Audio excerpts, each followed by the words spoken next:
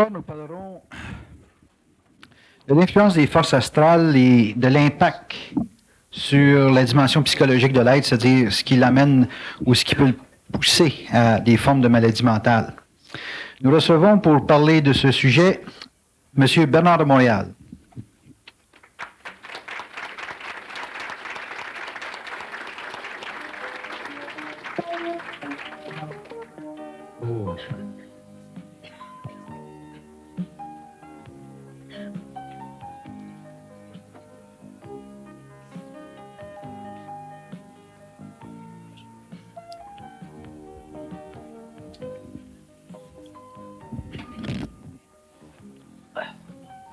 Bonsoir Bernard.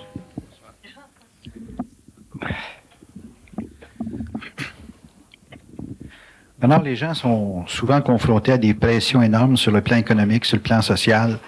Ils sont confrontés à des responsabilités souvent qu'ils ne sont pas capables de contenir ou de se rendre à terme. Certaines personnes perdent courage et même certaines vont aller jusqu'à des déséquilibres importants. Est-ce qu'il y a une possibilité, dans un développement quelconque, dans une conscience quelconque, de neutraliser tous ces effets de pression, ces effets de tension qui sont accumulés dans notre société à l'heure actuelle? À partir d'une conscience? À partir d'une conscience, oui. Évidemment, à partir d'une conscience, on peut neutraliser tout. Le problème, c'est d'avoir une conscience. Puis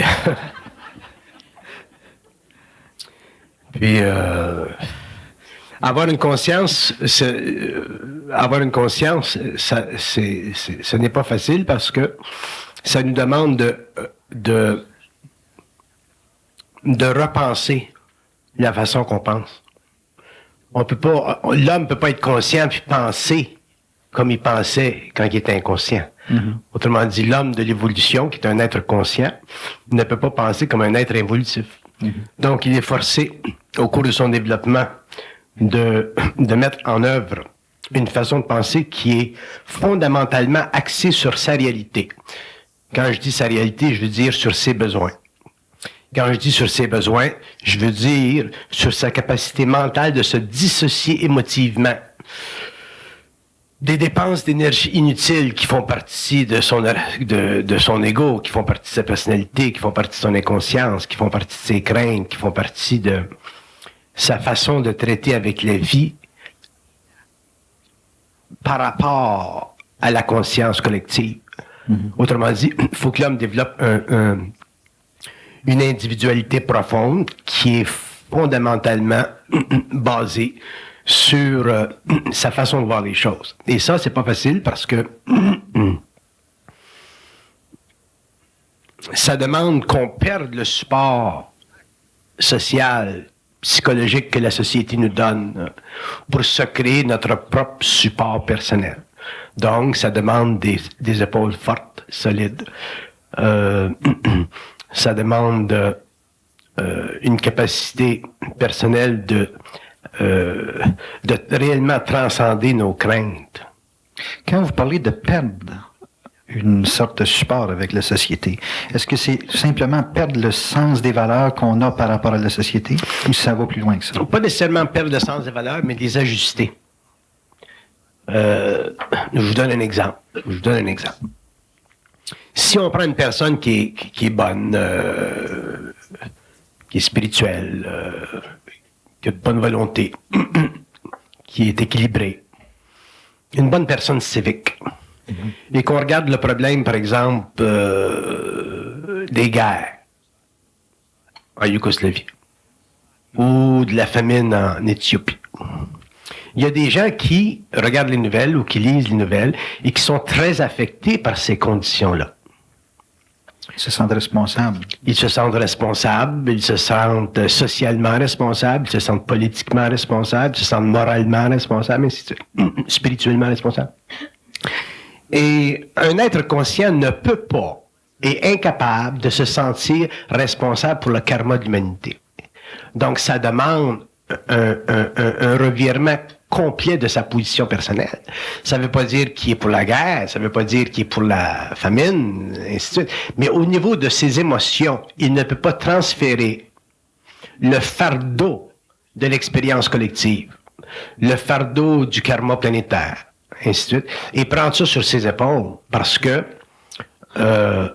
étant conscient, il a un mental éveillé, c'est-à-dire ajusté à une réalité qui transcende l'expérience planétaire des races ou des individus.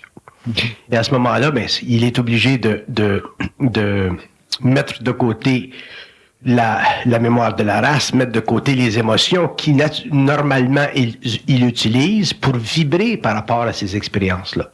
Là, vous allez dire, mais oui, mais si personne s'occupe des Haïtiens, si personne s'occupe des Éthiopiens, si personne s'occupe de ceux qui font la guerre, qu'est-ce qui va se passer? Il y aura toujours des gens dans le monde pour s'occuper des problèmes du monde parce que ces gens-là font partie du karma planétaire. C'est leur karma. Donc, l'homme conscient, c'est un être qui ne peut pas, il peut le comprendre, mais il ne peut pas vivre le karma des nations. Il ne peut pas vivre le karma des individus. Et ça se rapporte sur le plan collectif, social, planétaire, puis ça se rapporte aussi sur le plan individuel. Il y a des individus dans notre vie qui ont un certain karma, autrement dit, qui ont une très lourde vie, une très lourde expérience.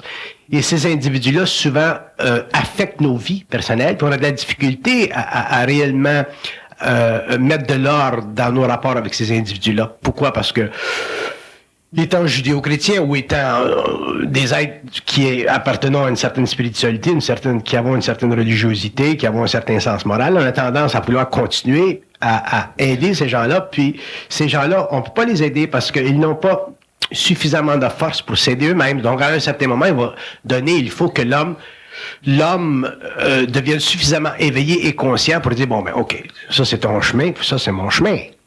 Alors ça demande un revirement, ça demande le développement d'une nouvelle approche face à toutes les dimensions personnelles de responsabilité qu'on vit collectivement ou personnellement dans l'expérience planétaire.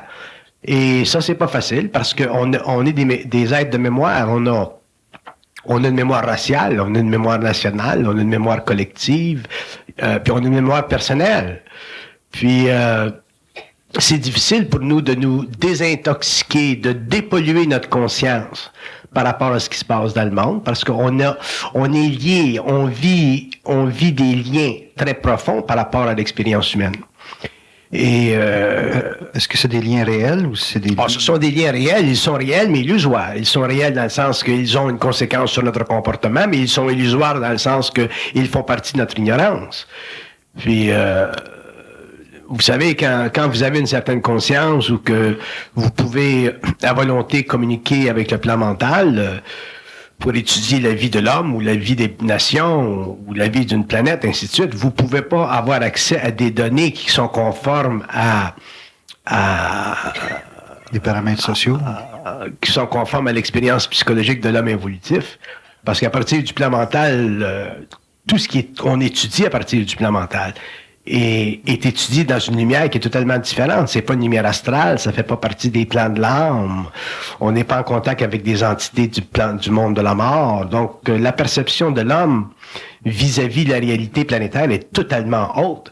Et à ce moment-là, l'ego est obligé de supporter cette nouvelle compréhension. Puis au début, c'est pas facile parce que il nous reste toujours dans la conscience des résidus de mémoire. Avec le temps, ces résidus de mémoire-là disparaissent, puis éventuellement, l'homme vit très, très peu de sa mémoire personnelle. Il y en a une là, qui est totalement, purement mécanique pour les besoins de sa vie de tous les jours. Mais au niveau de sa conscience supérieure, d'une conscience réellement mentale avancée, l'homme ne vit plus au niveau d'une mémoire personnelle ou d'une mémoire raciale ou d'une mémoire collective. Et c'est à ce moment-là qu'il est obligé de prendre des positions fermes par rapport à ce qui se passe sur le plan matériel, soit collectivement ou personnellement. Est-ce que l'individu doit répondre à certains prérequis pour goûter à une conscience mentale dont vous parlez? Est-ce qu'il faut qu'il passe par certaines souffrances ou certaines étapes de vie pour comprendre que bon, la planète est sous l'effet d'un karma, qu'il y a des plans occultes ou astraux qui influencent son mental? Est-ce qu'il y a un prérequis? Changer de conscience, ça nous met...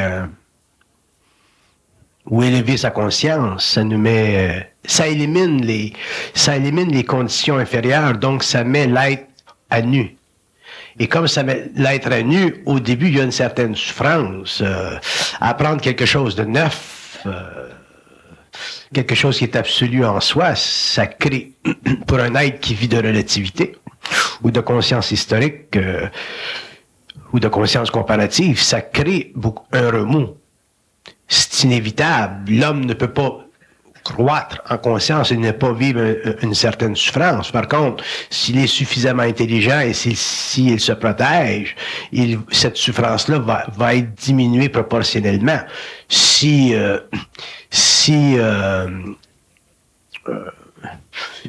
vit trop de vanité dans le mental ou s'il se laisse trop astraliser spirituellement, là, à ce moment-là, il peut vivre des conditions difficiles qui vont perturber sa conscience.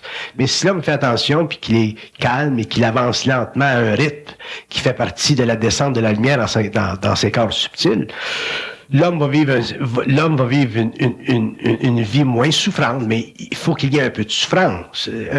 Se conscientiser, c'est un petit peu comme passer le robot sur une planche de bois. Vous passez le robot sur une planche de bois, le rabot sur une planche de bois, vous enlevez de la peinture, mais c'est évident que le bois crie un petit peu. C'est un petit peu comme ça de la conscience, parce qu'on voit trop clair. Moi, je regarde la télévision là, à la maison le soir, puis je regarde ce qui se passe. J'ai un dish, donc je suis connecté aux nouvelles américaines. Puis, ce que je vois sur l'écran, si j'étais pas conscient et si j'avais la sensibilité que j'ai, ça me créerait beaucoup de souffrance. Par contre, ce que je vois, je le comprends, donc cette souffrance-là est atténuée, malgré que ça change quand même la vibration de mon esprit.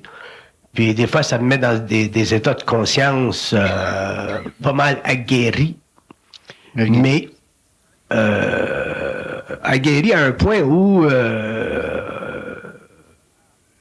je peux agir sur certaines choses, dans le sens que je peux entreprendre de me déplacer d'un plan à un autre pour faire certaines choses. Ça n'a pas de fin, la conscience. La conscience, c'est une science de l'énergie. C'est pas simplement un état psychologique. Pour l'homme, au début, c'est un état psychologique parce que son ego est trop instable. Son ego, il n'y a pas de lentille pour l'avoir, cette lumière-là. Mais éventuellement, la conscience, c'est réellement une science de l'énergie. L'énergie émotionnelle, l'énergie mentale, puis ultimement l'énergie vitale puis physique.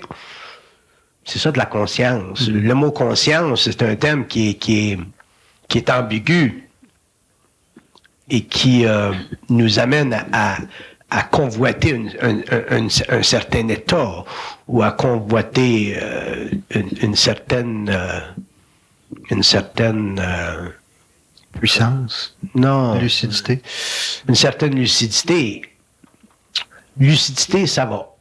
État, ça va, dans la mesure où on sait que de la conscience, c'est la capacité de l'homme de réellement contrôler ses énergies. Donc, quand on regarde un phénomène comme ce qui se passe en Éthiopie, ou les guerres, ainsi de suite, n'importe quoi, et qu'on doit d'abord comprendre que tout est karmique sur la Terre. L'homme doit comprendre ceci. Vous ne pouvez pas comprendre ce qui se passe sur une planète expérimentale si vous ne réalisez pas que les races, les nations, les individus vivent un certain karma. Et une fois que l'homme est libre de ce karma-là, autrement dit qu'il est libre de la mémoire, de sa mémoire personnelle, qui fait partie de ses liens avec l'âme, qui fait partie des archives universelles de son évolution, à ce moment-là, ben là, il peut réellement traiter avec ce qui se passe d'une façon créative. Est-ce qu'on devient conscient parce que c'est dans notre programmation, dans notre karma? Est-ce que c'est dans notre karma d'être conscient? Les êtres qui se conscientisent ou qui avancent ou qui s'éveillent à une certaine conscience sont déjà des êtres qui ont un certain degré d'évolution. Donc, le hasard n'existe pas. Vous savez, quand vous allez dans une librairie, que vous prenez un livre sur la tablette, votre main est dirigée sans que vous vous en rendiez compte.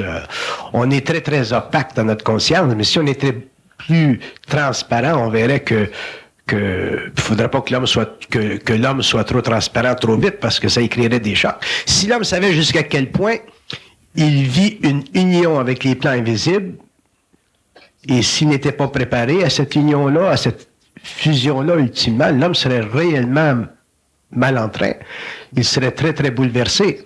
éventuellement, c'est normal, c'est une seconde nature, c'est naturel de vivre très proche de l'invisible et de voir l'action de l'invisible à travers la vie, ou de voir ou d'expérimenter le contact télépathique avec l'invisible, sans parler de ce que l'invisible peut manifester chez l'homme au niveau de ses corps subtils.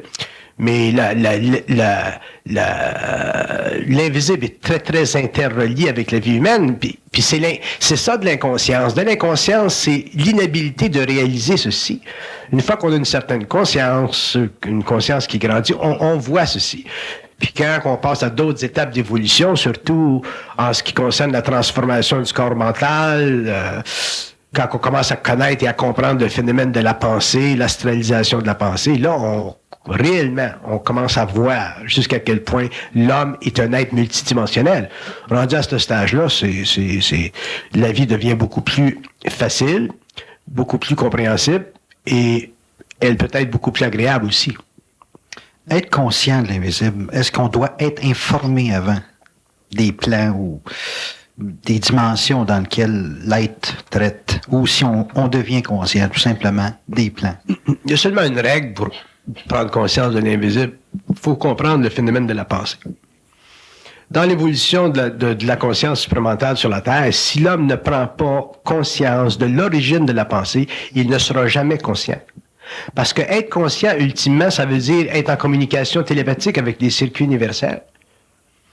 Donc, si l'homme ne confronte pas le phénomène de la pensée, si l'homme ne prend pas conscience que la pensée a ses origines dans des univers parallèles, dont le plan mental ou le plan astral, dépendant de son niveau d'évolution, l'homme ne pourra jamais être conscient.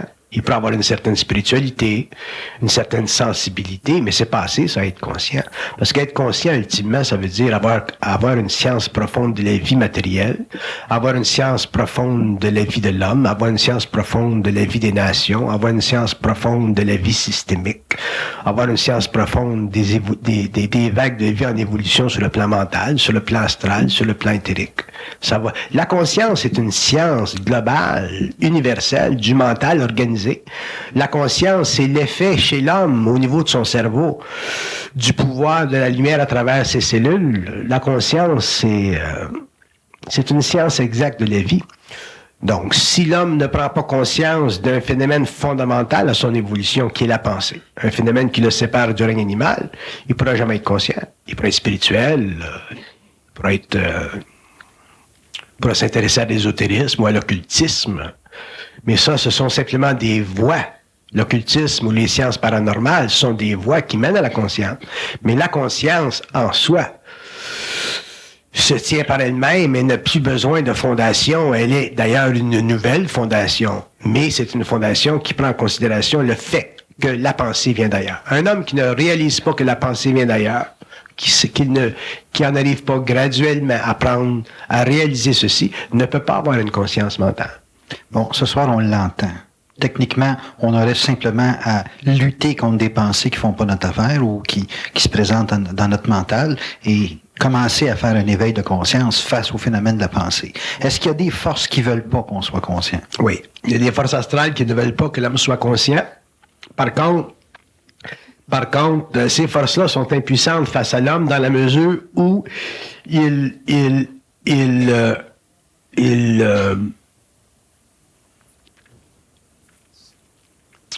dans la mesure où il s'établit en opposition par rapport à elle.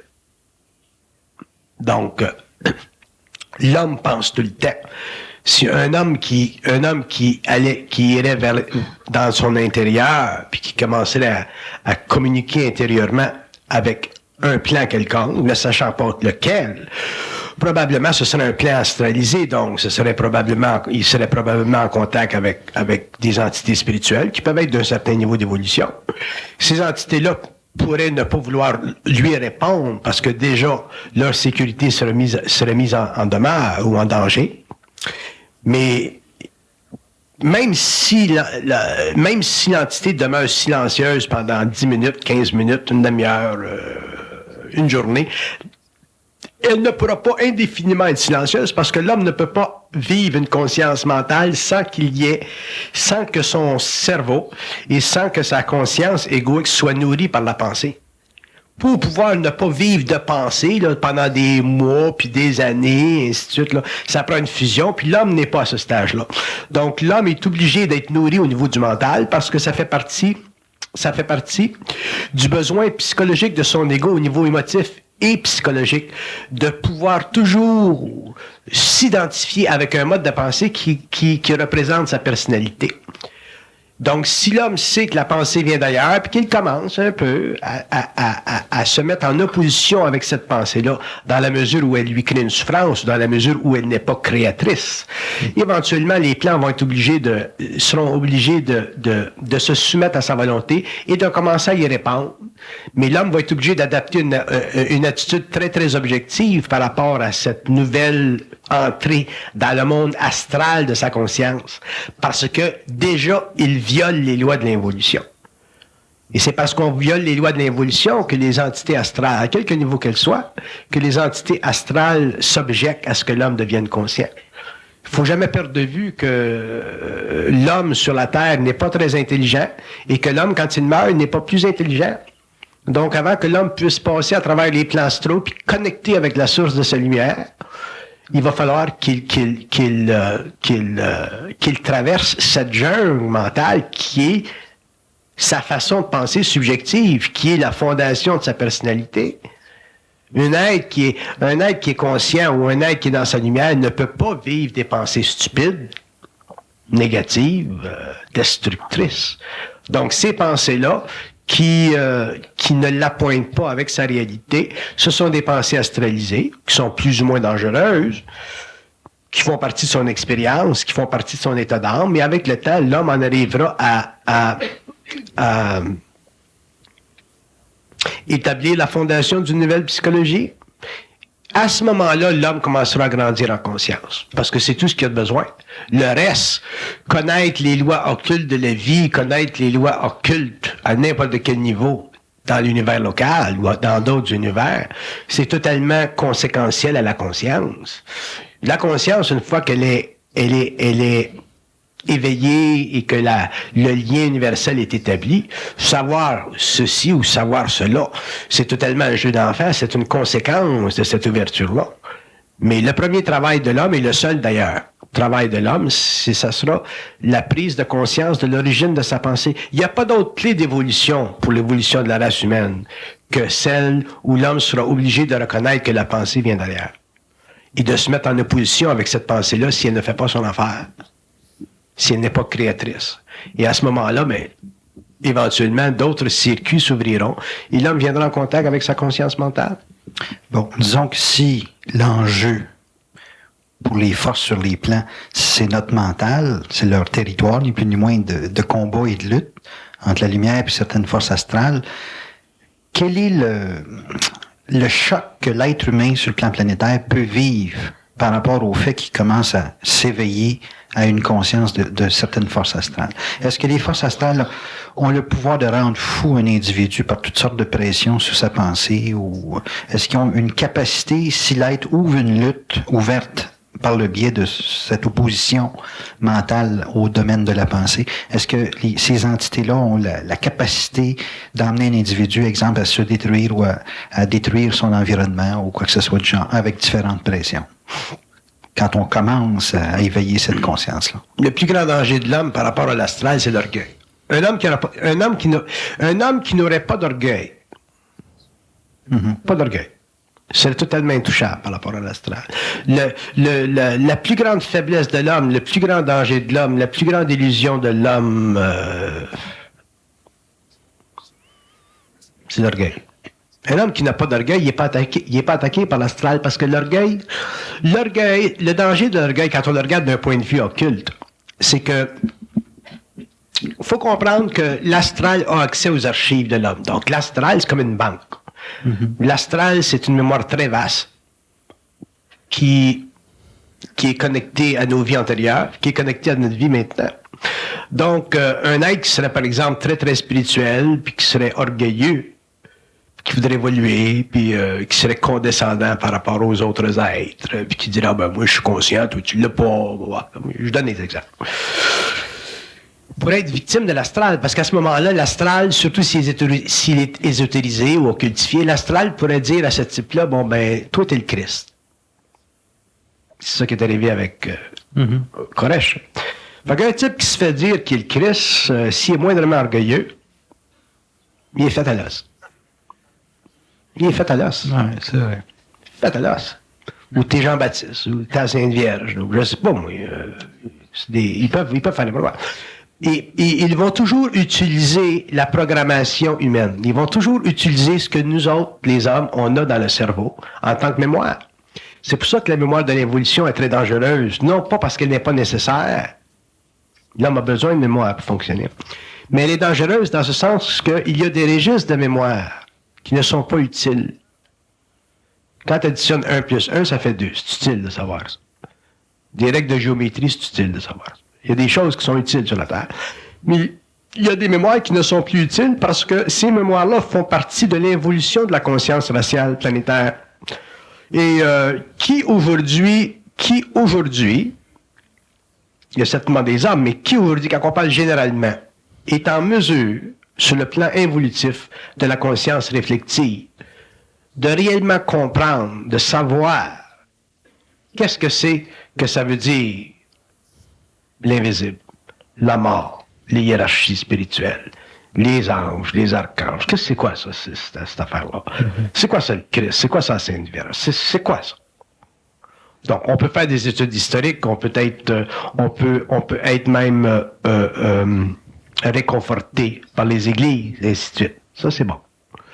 Mais quand il s'agit pour l'homme d'entrer dans des royaumes astraux, quand il s'agit pour l'homme de défaire ce qui a été fait pendant des milliers d'années, quand il s'agit pour l'homme de devenir libre, c'est-à-dire se sortir du carbone planétaire, quand il s'agit pour l'homme de connaître ou de reconnaître ou de commencer à reconnaître le plus grand mystère de l'homme, qui est sa pensée.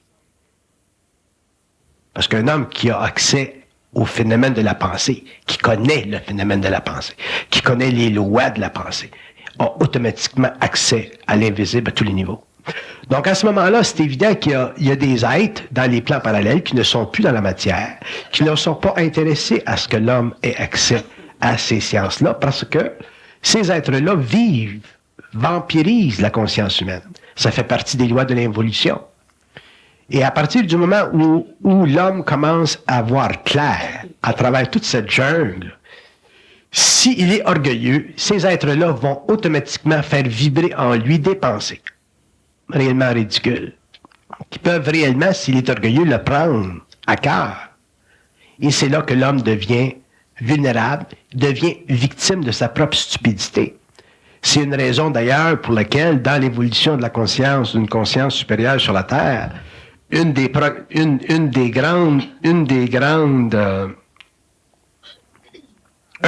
corollaires à la science de la pensée, ce sera la science, la certitude de ne jamais croire. Et on ne réalise pas aujourd'hui jusqu'à quel point la croyance fait partie de la programmation astrale de notre psyché évolutif. Que vous ayez en Allemagne, au Japon, en Yougoslavie, en Russie, les êtres humains croient. Et la croyance fait partie de l'évolution et il va falloir un jour que l'homme, qui est en évolution de conscience, cesse de croire.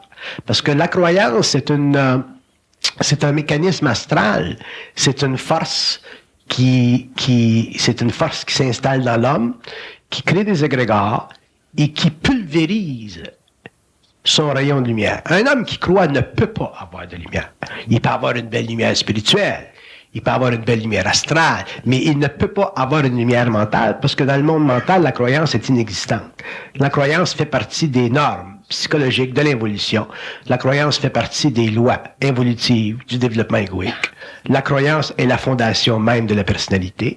Et un homme qui est conscient, qui sort de la personnalité pour entrer dans sa personne, qui individualise son être, ne peut pas croire. Donc, s'il a besoin de savoir quelque chose, il va le savoir, mais il n'a pas besoin de croire. Donc, mais cette différence-là, cette distinction-là n'est pas claire aujourd'hui pour l'être humain. Quand on parle d'évolution de conscience, on parle de la compréhension de l'origine de la pensée et de la réalisation de son corollaire, celui de ne pas croire. Donc, un type qui est moindrement orgueilleux et qui croit, à ce moment-là, s'il se fait dire par des entités, parce que ses centres psychiques s'ouvrent, hein?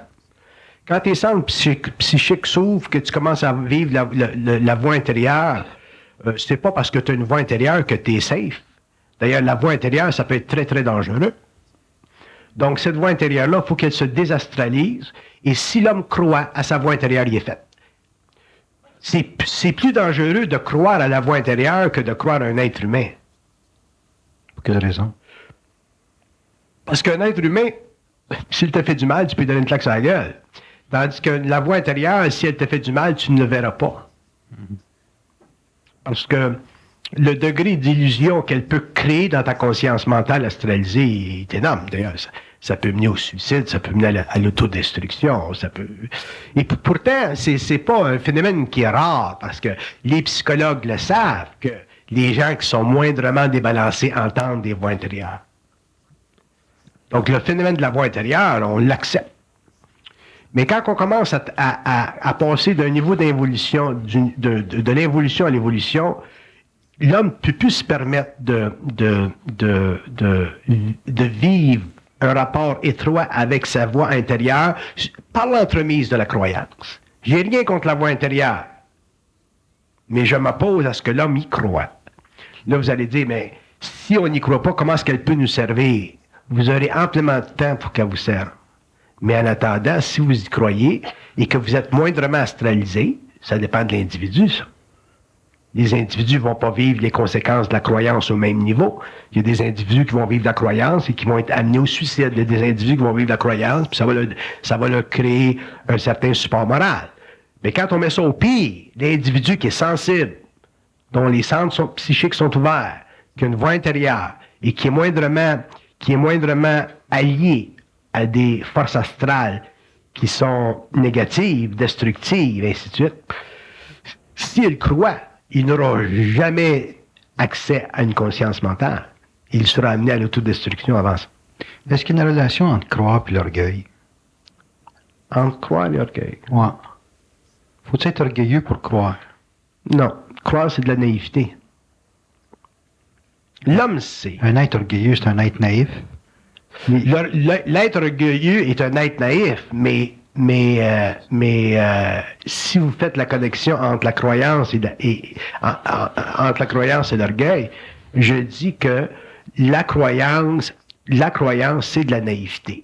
De l'orgueil, c'est de l'orgueil. C'est de la naïveté aussi, mais c'est de l'orgueil. C'est toujours de la naïveté. L'inconscience, c'est de la naïveté. Être sans dessin, c'est à n'importe quel niveau, c'est être naïf. Qu'on ait un doctorat ou qu'on n'ait pas de doctorat. Être inconscient, c'est de la naïveté. D'ailleurs, l'ignorance, c'est de la naïveté. Donc, la naïveté, c'est très profond chez l'homme. Et si l'homme s'instruit d'orgueil, ben, ça fait partie de sa naïveté. Il va payer un gros prix. Si l'homme s'instruit de croyance parce qu'il est naïf, mais il peut payer un moindre prix s'il est moins orgueilleux. Est-ce que pour être pas orgueilleux, donc pour être, je sais pas moi, transparent, il faut être très sérieux dans sa conscience? On ne peut pas être transparent tout de suite. On peut être simple au moins. Pas simple d'esprit, simple. Une personne qui est simple, qui se prend pas pour un autre, là. Bon.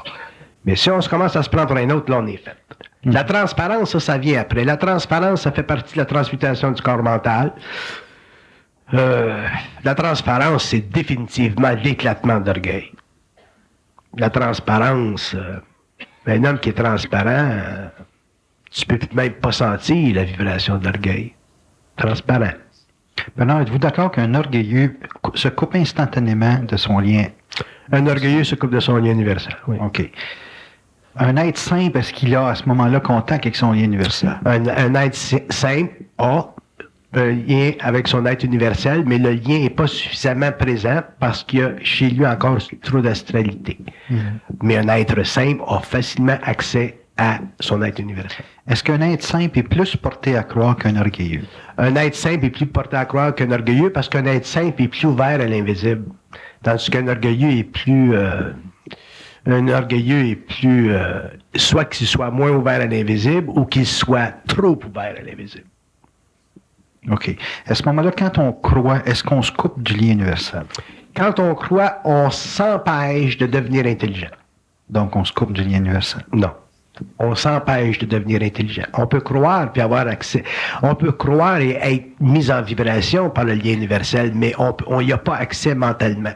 C'est pour ça que je dis, on peut pas être intelligent. Tu peux pas croire et être intelligent. C'est abominable croire. C'est abominable. Ça fait partie de l'évolution, je comprends, je suis d'accord. Mais quand l'homme passe de l'involution à l'évolution, croire, c'est une abomination. Okay. C'est abominable. La proportion d'individus qui peuvent être transparents ou lucides sur une planète au moment même où on se parle, ça doit être assez minime. Oh, il n'a pas gros. Il n'a pas gros. Non. Par conséquent, tout ce qui nous est parlé par les autres, ça nous invite à être soit orgueilleux parce que ça joue sur notre corps de désir, ou ça nous invite à croire d'une façon ou d'une autre. Ça nous invite à se mettre sur leur vibration.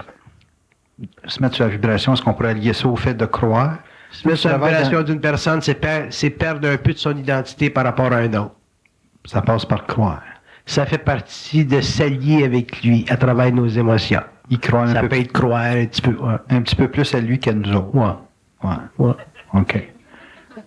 Partant de ce principe-là, là, on est toutes des entités ambulantes. Dans le sens que l'astral nous fait voir ou nous fait penser ce qu'ils veulent.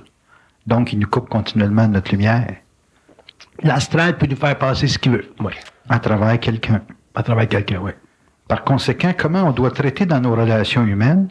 Si on doit traiter avec notre pensée, lutter contre notre pensée, tout ce qui nous est dit en couple, en vie sociale, en relation amicale, et nous invite finalement à croire ou à jouer avec notre corps de désir, donc à être substantiellement orgueilleux en potentiel. Donc, comment qu'on peut se dégager de croire puis de l'orgueil, puis de ne pas se couper des autres, parce que les autres deviennent automatiquement une menace pour nous. Les autres ne sont pas une menace si ce qu'ils nous disent, on le regarde d'un point de vue objectif. Autrement dit, une personne qui nous dit quelque chose, si c'est intelligent, c'est intelligent. Oui, il faut l'être avant pour voir que c'est intelligent. Ça, c'est intéressant. Il faut avoir une certaine réceptivité.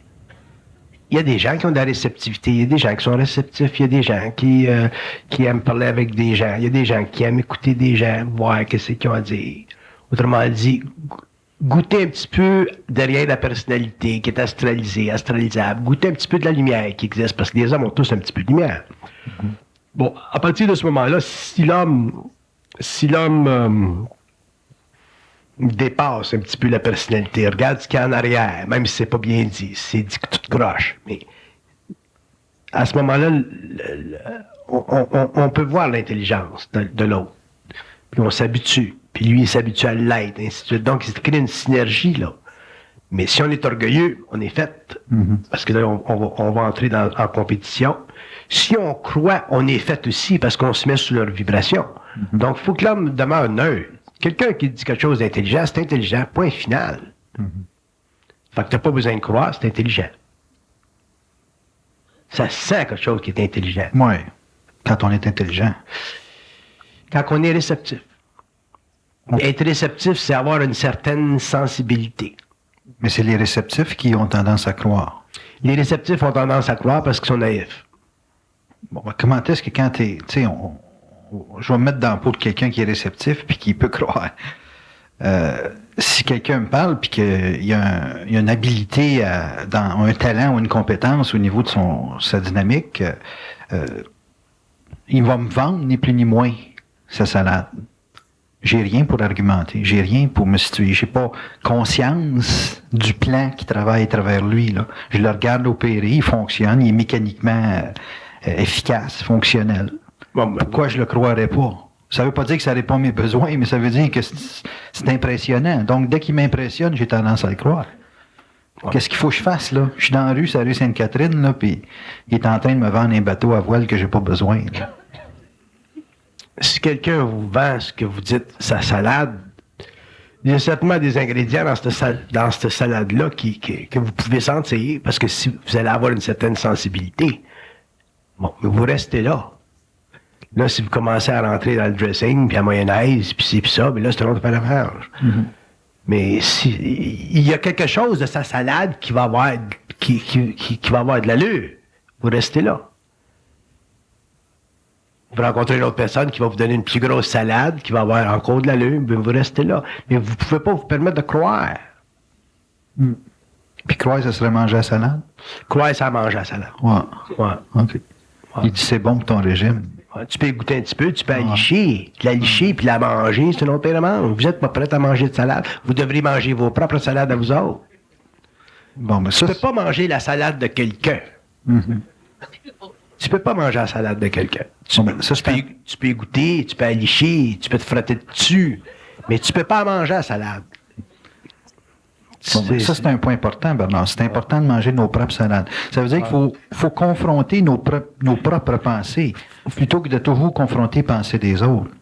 Faut vivre de nos propres pensées, puis faut regarder ce que les autres nous disent. On vit pas, on n'est pas isolé dans le monde. Ah ouais, je comprends. Mais de là à manger la salade, c'est une autre paire de manches. L'homme est capable de se nourrir de lui-même, puis on a besoin aussi de parler avec les autres. Mais de là à le manger, c'est-à-dire de le croire, il faut qu'on fasse faut qu'on ait notre propre discernement.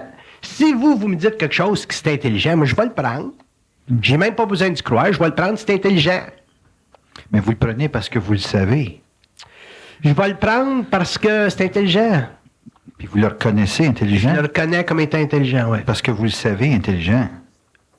Je vais le reconnaître comme étant intelligent parce que je le vibre de même. Je vais le vibrer de même. Bon, ben, de l'intelligence, Bernard, ça se vibre parce que les deux individus sont sur la même vibration. L'intelligence, ultimement, oui. OK. Bon, ben, quand on n'est pas encore au stage de parfaitement vibrer l'intelligence des autres, ce qui vibre, c'est le corps de désir, Ce qui vibre, c'est l'intellect. c'est l'intellect. Corps de tout- désir. Ouais. C'est ça, les mémoires. Ouais, mais ça fait partie de la transmutation de l'homme. Tu sais, Donc, les gens se font vibrer sur la mémoire en grande partie. ils se font vibrer sa mémoire, ils se font vibrer sur des appétits, ils se font vibrer sur toutes sortes de choses. C'est pour ça que je dis, vous ne pouvez pas croire.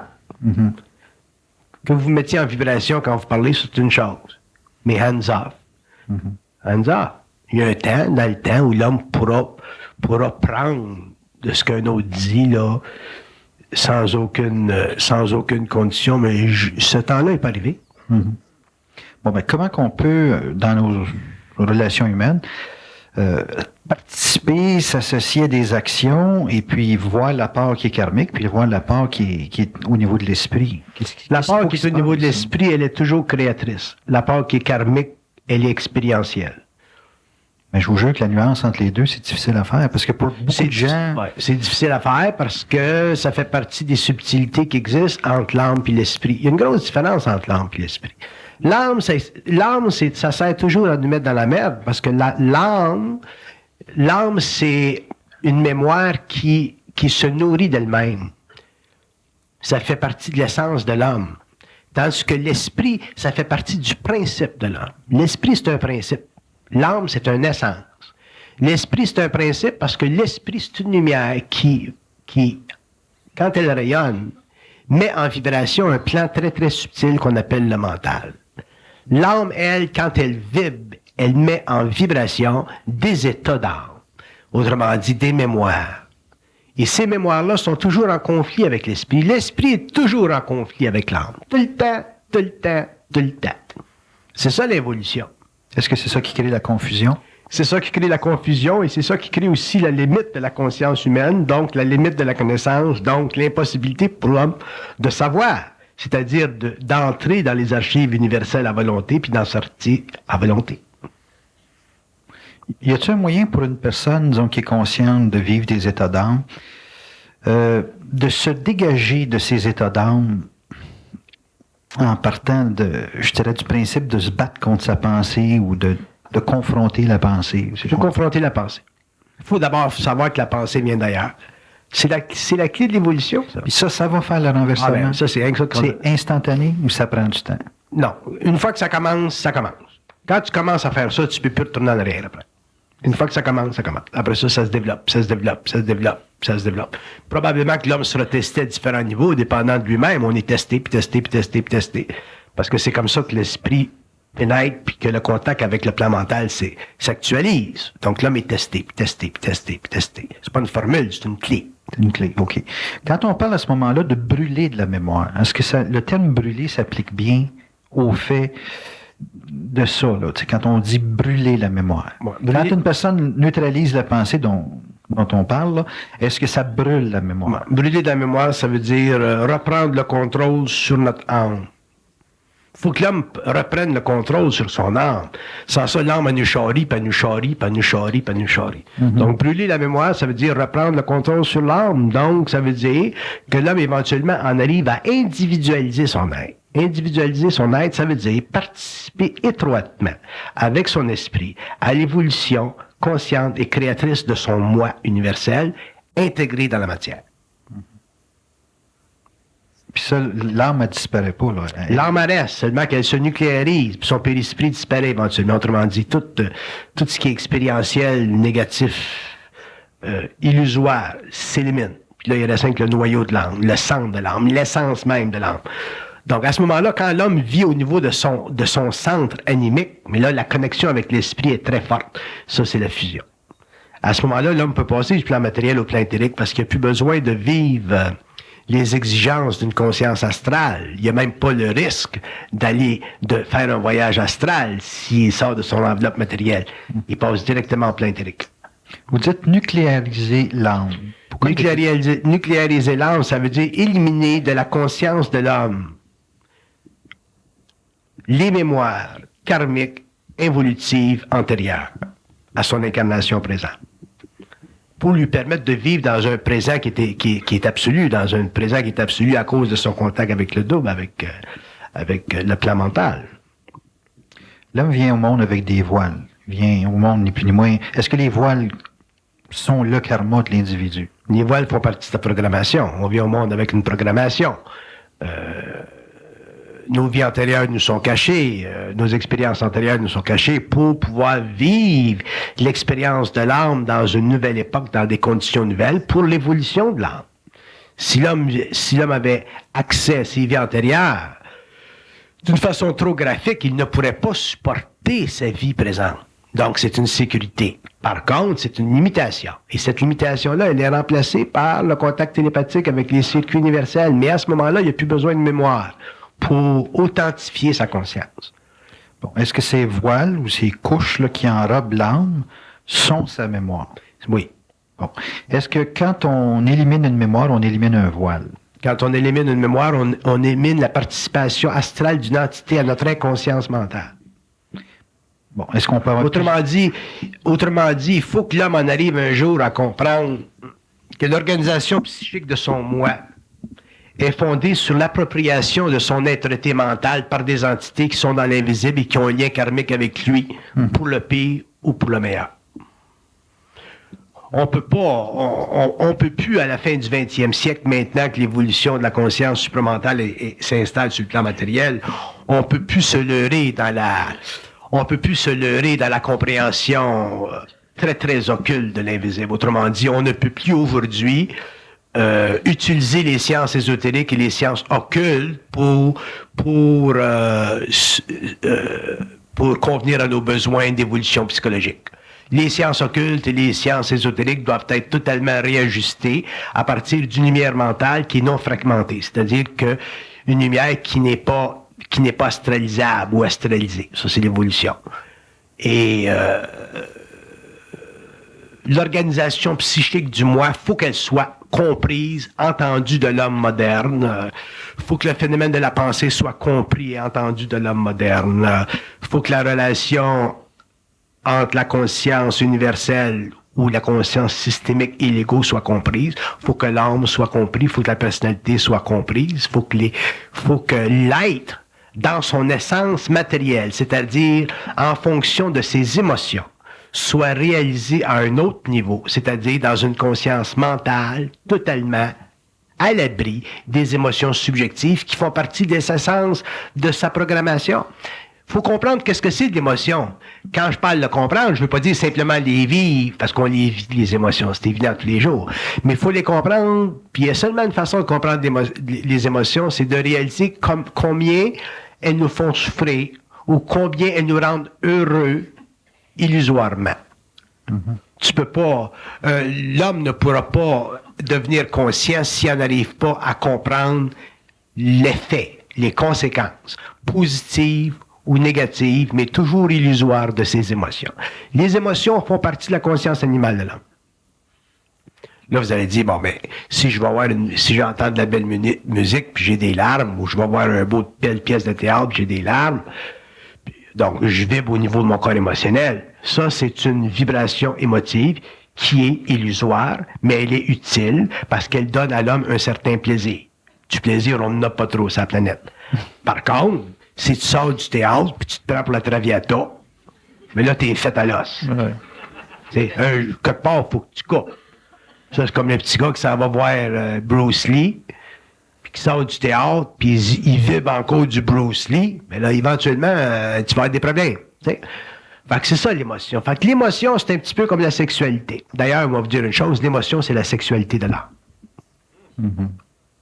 La sexualité de l'âme, c'est l'émotion. Ça fait du sens. Ben, je sais pas si ça fait du sens, mais c'est ça. Un jour, l'homme comprendra ça, que l'émotion, c'est la sexualité de l'âme. Et si on regardait l'émotion à partir d'un plan mental, on verrait que l'émotion, lorsqu'elle s'enregistre dans le plan de l'âme d'un être, devient, dans l'astral de cet être-là, une rivière. Fait que quand tu vas dans l'astral puis tu vois des rivières, c'est toute de l'énergie émotionnelle. C'est pour ça que quand tu vas dans l'astral, tu vois constamment de l'eau. Il y a beaucoup d'eau dans l'astral, il y en a plus qu'au Québec. Parce que toute l'expérience humaine évolutive est faite d'émotions. Mais quand tu vas dans le plan mental, tu n'en vois jamais de rivière. Ça n'existe pas de rivière. Tu ne verras jamais de rivière sur le plan mental. Une personne qui est malade astralement, là, est-ce que c'est une personne qui a une rivière polluée, dans le sens qui vit une perturbation majeure au niveau de son corps émotionnel? L'émotion, c'est une énergie particulièrement adaptée pour créer du trouble. En d'autres termes, y a-t-il des eaux claires et des eaux polluées dans l'astral? Oui. Il y a des eaux qui sont très claires sur les hauts plans de l'astral. Quand vous vivez une très, très forte émotion spirituelle, cette correspondance-là dans l'astral, c'est équivalent à des rivières très, très claires, très, très cristallines. Mais c'est toujours une rivière. C'est toujours une illusion. Il y a des eaux qui sont plus boueuses, dans le sens qui sont... Dans le bas astral, vous avez des eaux qui sont plus boueuses, vous avez des eaux qui sont sulfureuses, ainsi de suite, ainsi de suite. C'est... le problème avec l'humanité actuelle, c'est que les religions ne sont pas suffisamment occultes. Elles ne peuvent pas l'être, d'ailleurs, sur le plan de la grande masse, là. Mais les religions ne sont pas suffisamment occultes, autrement dit, quand je parle de religion, je parle d'une science spirituelle. Les sciences spirituelles, une religion, c'est une science spirituelle. Les sciences spirituelles ne sont pas suffisamment occultes, donc les religions ne peuvent plus servir à l'homme demain. Elles servent à l'homme jusqu'à aujourd'hui. Mais demain, les religions ne peuvent plus servir à l'homme parce qu'elles n'ont pas la capacité mentale de détruire leurs propres illusions. Pour transcender la conscience involutive, pour transcender la mémoire de l'âme, pour neutraliser le périsprit, pour briser la programmation, pour se libérer du karma, pour individualiser totalement l'être, il faut absolument fragmenter les formes de l'évolution. L'homme conscient le fera à partir du moment où il aura réellement compris les mécanismes de la pensée. Fragmenter la pensée, Bernard, est-ce que ça veut dire détruire la valeur que l'être accorde à la pensée? Fragmenter la pensée, ça veut dire détruire la valeur involutive que l'homme lui accorde. Oui. Pourquoi vous dites la valeur involutive? Y a-t-il une valeur évolutive? Il n'y a jamais de valeur évolutive dans une pensée. Il y a toujours une valeur involutive. Dans une pensée supramentale, la valeur est inexistante. Il n'y a rien qui est accordé à une valeur. Non, parce que pour qu'il y ait une valeur accrochée à une pensée, il faut qu'il y ait chez l'être humain une capacité de croire. Un être conscient ne croit pas, donc il ne peut pas vivre de valeur dans sa conscience mentale. Parce que sa conscience mentale va toujours définir la réalité en fonction des besoins de la race en évolution. Donc un homme, on est quelle année là? 1993? En 1993, un homme qui parlerait des mystères systémiques en parlerait à un certain niveau. En l'an 2025, un homme qui parlerait encore des mystères systémiques en parlerait à un autre niveau. Dans 2000 ans ou dans 1500 ans ou dans 500 ans, un homme qui parlerait des mystères en parlerait encore à un autre niveau. Probablement que dans ce temps-là, le niveau que l'homme expliquerait des mystères, de ce qu'on appelle aujourd'hui les mystères, autrement dit de l'ignorance des sphères, ça ferait partie de la science dans ce temps-là. Autrement dit, par exemple, une civilisation très, très avancée est capable de transférer l'âme d'un individu dans un vacuum total et de créer une boule d'énergie qui deviendrait pour cet individu-là une sorte de résonateur qu'il pourrait utiliser à distance pour se déplacer dans les univers parallèles. Ça fait partie de la science avancée. Mm-hmm.